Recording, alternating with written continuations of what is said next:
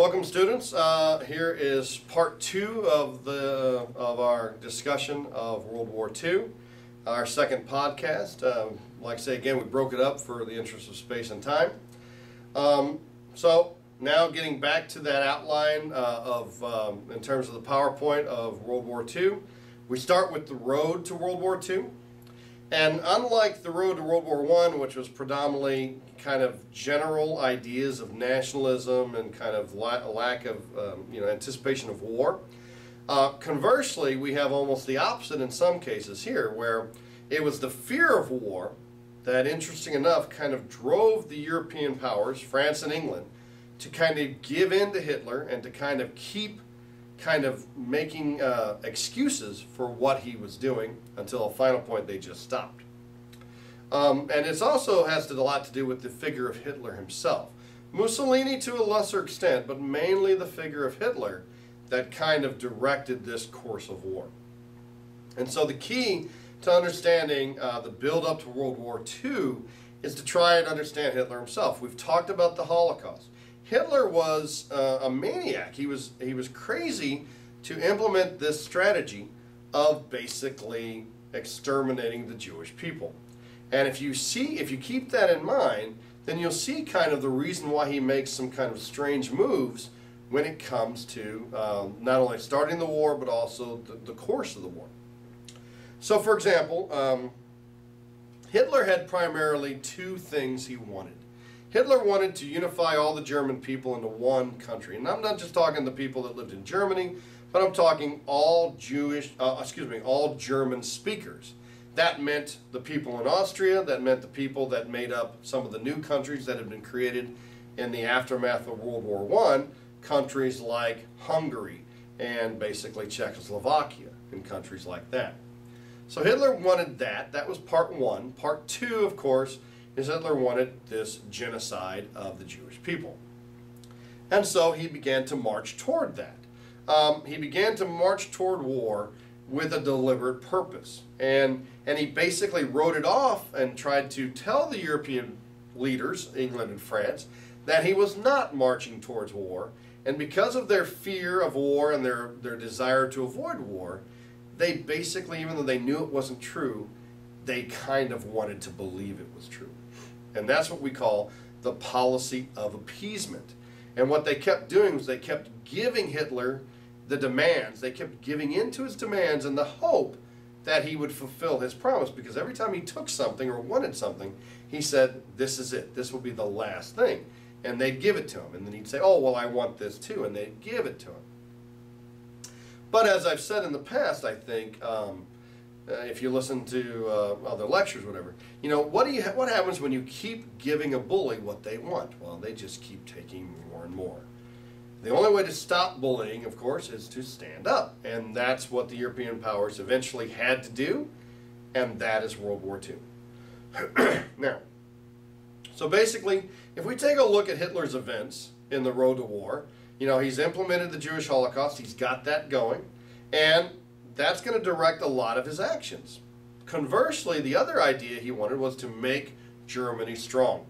So one of the first things he did was he basically used an opportunity, so-called Spanish Civil War. There was a civil war in Spain between nationalists and socialist communistic elements. Obviously, the European powers were scared of communism and socialism, so when Hitler volunteered to basically send in German troops to kind of stop the revolution, England and France were supportive of that. Now, what Hitler planned, of course, was he basically planned to use that as a live field test of military training for his army. He could actually get them into live combat situations in which there was no threat against Germany. He could get them in and get them, quote, battle hardened. Now, in the end, Hitler was able to basically stop the revolution in favor of nationalistic forces, a guy by the name of Franco, who immediately basically became a supporter of the Nazi regime and, of course, Germany's ideology. Other events that we'll kind of highlight on that list, I've got a list of Hitler on the move, as you can see on the PowerPoint. Hitler basically wanted Austria, so he annexed Austria. He assassinated the the government of Austria and forced an annexation of the entire country.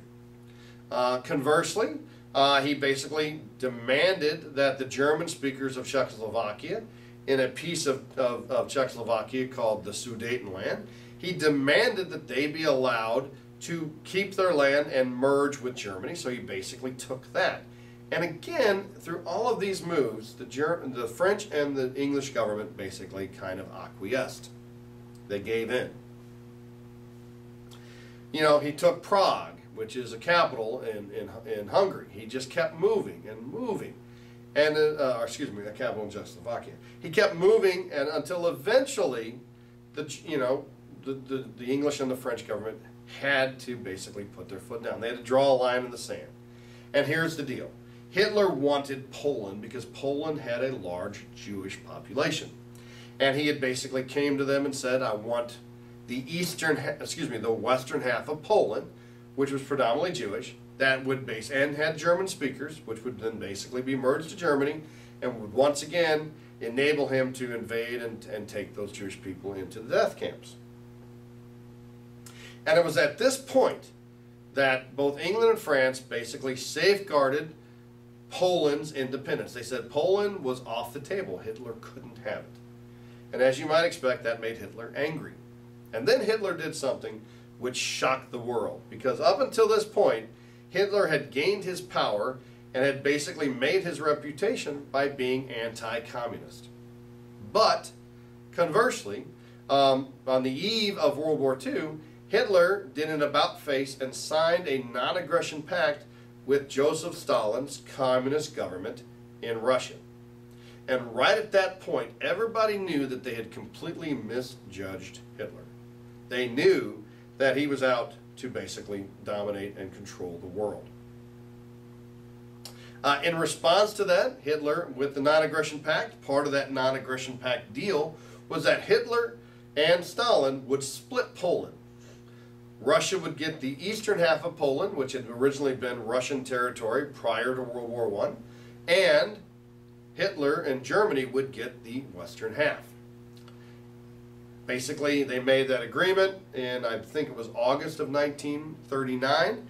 In September 1st of 1939, Hitler invaded Poland. England and France declared war by September 3rd. And basically World War II had begun with England and France versus Germany and Austria. Now, at the same time, Hitler, being a student of history, he knew his history well, he had already anticipated American interference. And at this point, this is when Hitler really cultivated and solidified his relationship with Japan. Because his plan was to basically get the Japanese to attack America. Now, interesting to note, Hitler thought the Japanese were inferior and that they needed to be exterminated. He didn't have the time to do it himself, so his plan was to get the Japanese to attack America, and the Americans would do his dirty work for him through the war, World War II. His grand strategy was this. He knew, based on estimates, that it would probably take approximately 3 to 4 years for the American forces to overwhelm and to destroy the Japanese military forces. And he figured on 3 to 4 years, giving him enough time to fully carry out his plan for World War II. And he thought that after 4 years of fighting the Japanese, which would be bitter battles, he believed the American people would be tired of war and would basically do the same thing they did at the end of World War I, that they would basically sink their heads in the sand, go and become what's called isolationist and avoid world problems. So be careful. When people talk about worrying about America first and isolationism, that's exactly what occurred at the end of World War I, and that's exactly what Hitler was banking on, or basically counting on, for his strategy to get Japan to attack America. But getting back to Japan, Germany, and England and France. So in 1939, he attacked Poland, and he basically conquered Poland.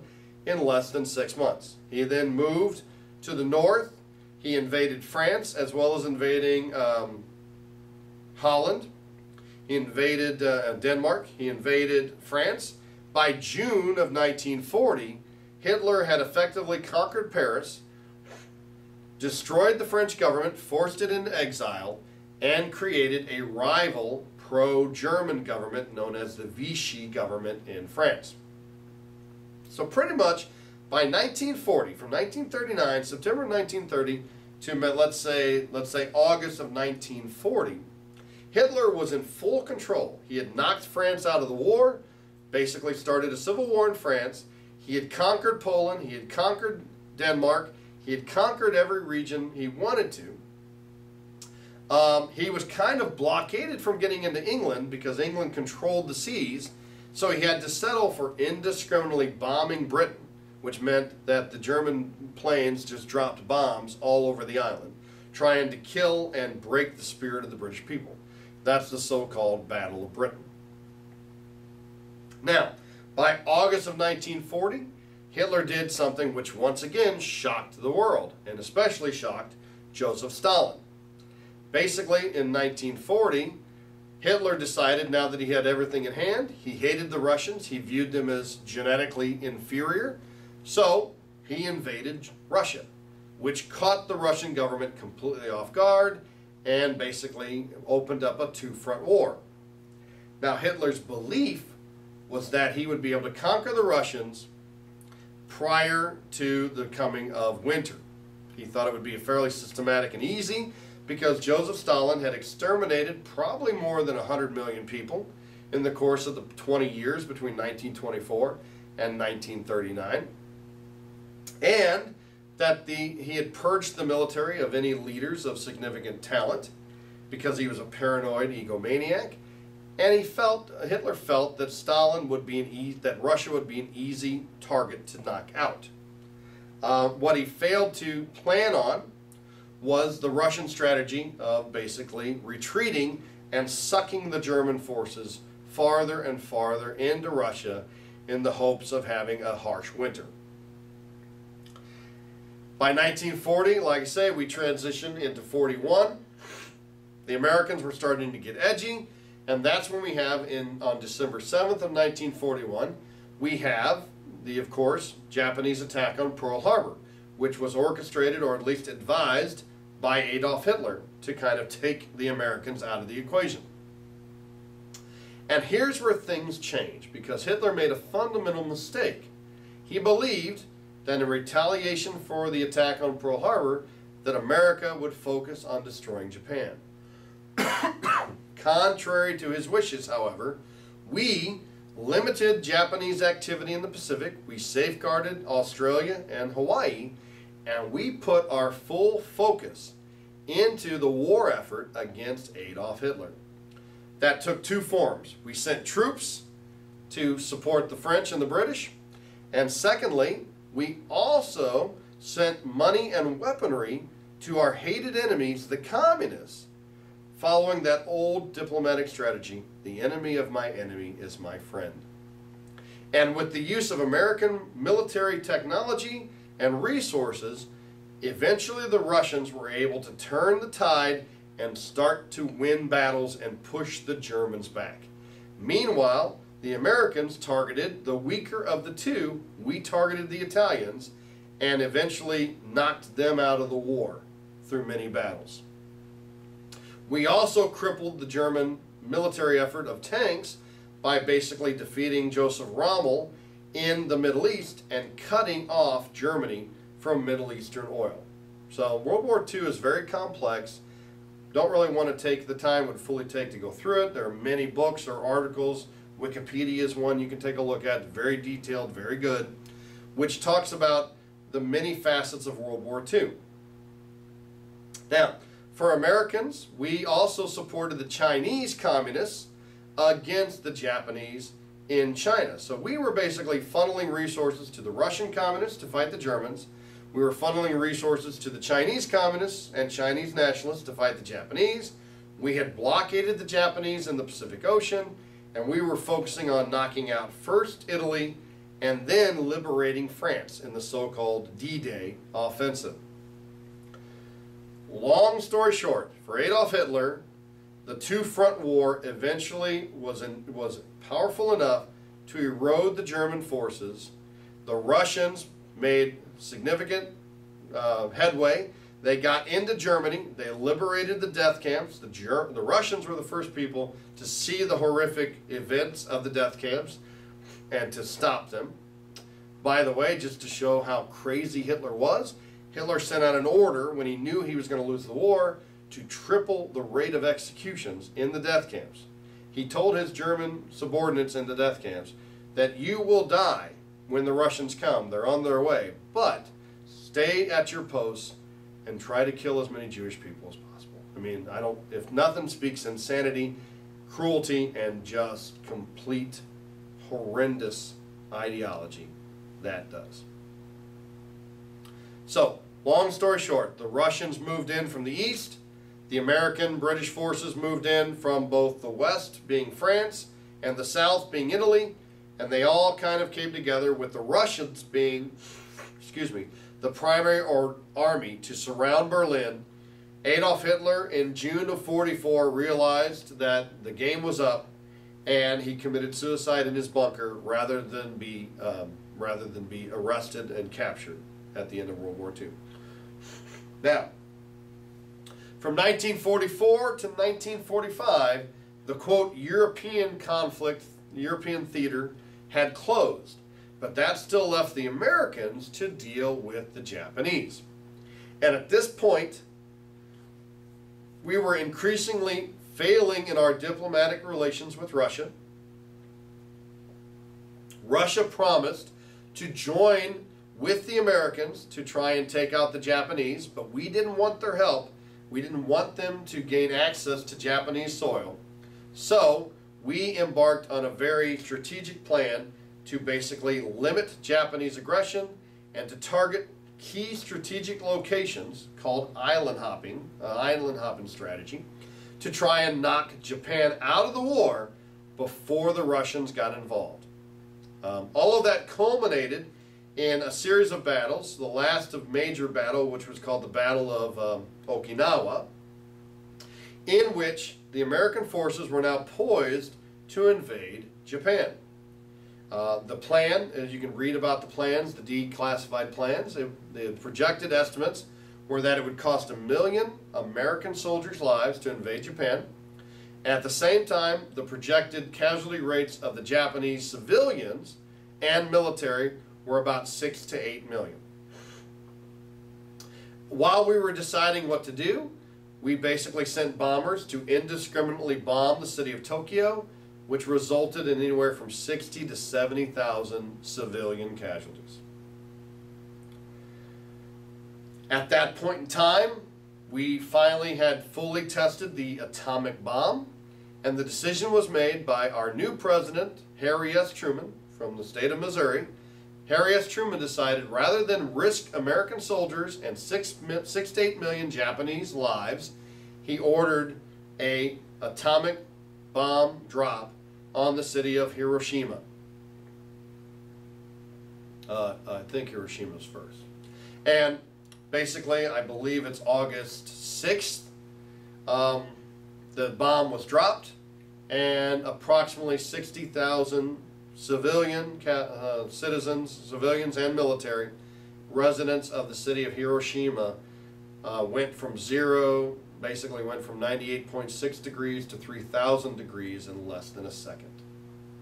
The first atomic bomb blast, the light from the blast was so great that it actually, before the force disintegrated the bodies, it burned people's shadows into the wall. So we dropped the atomic bomb, city of Hiroshima, casualty rates of 60 to 70,000 Japanese people, and we ordered the Japanese to surrender. When they refused, 3 days later, we dropped the second atomic bomb on the city of Nagasaki, I believe, and at that point, the Japanese government still refused, the Prime Minister still refused to surrender, but the Japanese Emperor ordered the people to surrender, and they did so, in 1945, and basically we got the war ended before the Russians made any substantial contributions to the Japanese war effort.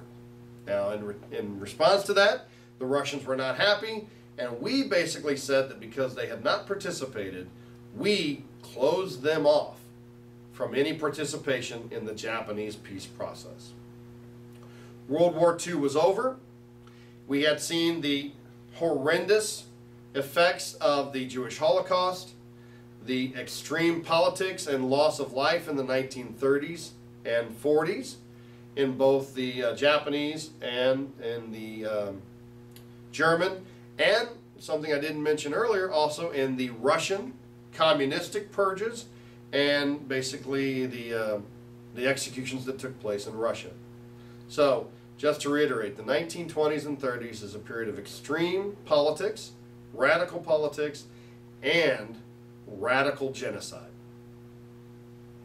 Thankfully, by 1945, World War II was over, and things could be put back together, so we thought.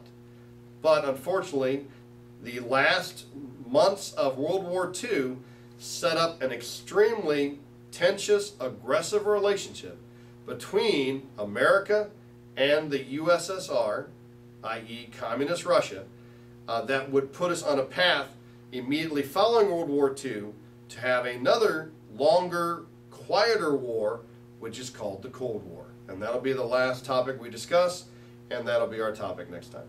Thank you.